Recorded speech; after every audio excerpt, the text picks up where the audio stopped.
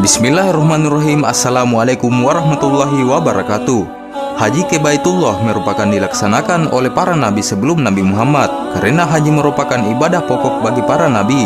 Akan tetapi cara pelaksanaan haji antara satu nabi dengan nabi lainnya terdapat perbedaan. Hal itu disebabkan oleh keagamaan kondisi umat manusia di lingkungan yang ada pada zamannya. Ka'bah pertama kali dibangun oleh Nabi Adam alaihissalam setelah mendapat perintah dari Allah Subhanahu wa taala. Bangunan berbentuk mirip persegi empat karena diukur setiap sisinya tak sama panjang.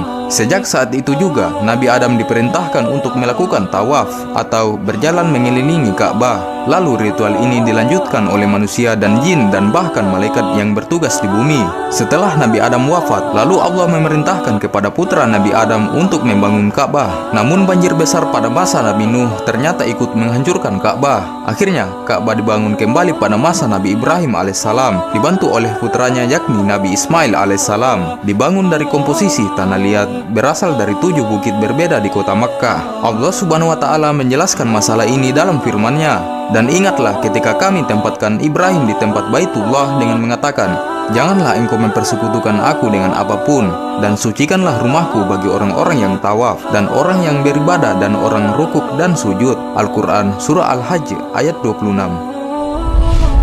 Allah Subhanahu wa taala memerintahkan Nabi Ibrahim untuk menyuruh seluruh umat manusia supaya melakukan tawaf di Ka'bah. Pada masa ini juga dimulai pelaksanaan ibadah haji yang akhirnya kita laksanakan sampai sekarang. Allah Subhanahu wa taala menggambarkan hal itu dalam kalamnya yang mulia. Dan ingatlah ketika kami menjadikan Ka'bah tempat berkumpul dan tempat aman bagi manusia, dan jadikanlah makam Ibrahim itu tempat sholat. Dan telah kami perintahkan kepada Nabi Ibrahim dan Nabi Ismail, bersihkanlah rumahku untuk orang-orang yang tawaf, orang yang itikaf, orang yang rukuk, dan orang yang sujud. Al-Quran Surah Al-Baqarah ayat 125. Dalam ibadah haji ada tata cara lempar jumroh di Mina. Pelaksanaan ini diambil dari sejarah saat Nabi Ibrahim diperintahkan untuk menyembelih anaknya sendiri, yakni Nabi Ismail. Sepanjang perjalanannya menuju tempat penyembelihan, setan terus-menerus membisikkan Nabi Ibrahim agar imannya goyah dan membatalkan rencananya untuk mengorbankan Nabi Ismail. Bukannya menjadi goyah, Nabi Ibrahim malah melempari setan dengan batu. Kesabaran Nabi Ibrahim pun tidak sia-sia. Allah Subhanahu wa taala mengganti Ismail dengan seekor domba tepat sebelum Nabi Ibrahim menyentuh leher Ismail. Selain itu, ada ibadah sa'i atau berlari kecil antara Bukit Safa dan Bukit Marwah. Ibadah ini melambangkan pengorbanan Ibunda Hajar ketika ditinggalkan Nabi Ibrahim di tengah-tengah lembah tandus kering di hamparan pasir yang panas. Saat itu Siti Hajar ingin mencarikan air untuk Ismail yang masih bayi. Beliau berlari ke Bukit Safa untuk mencari air. Karena tidak menemukannya, beliau kembali lagi ke Bukit Marwah dan beliau melakukan itu sebanyak 7 kali. Hingga akhirnya muncullah sebuah mata air yang kita kenal dengan nama air Zamzam.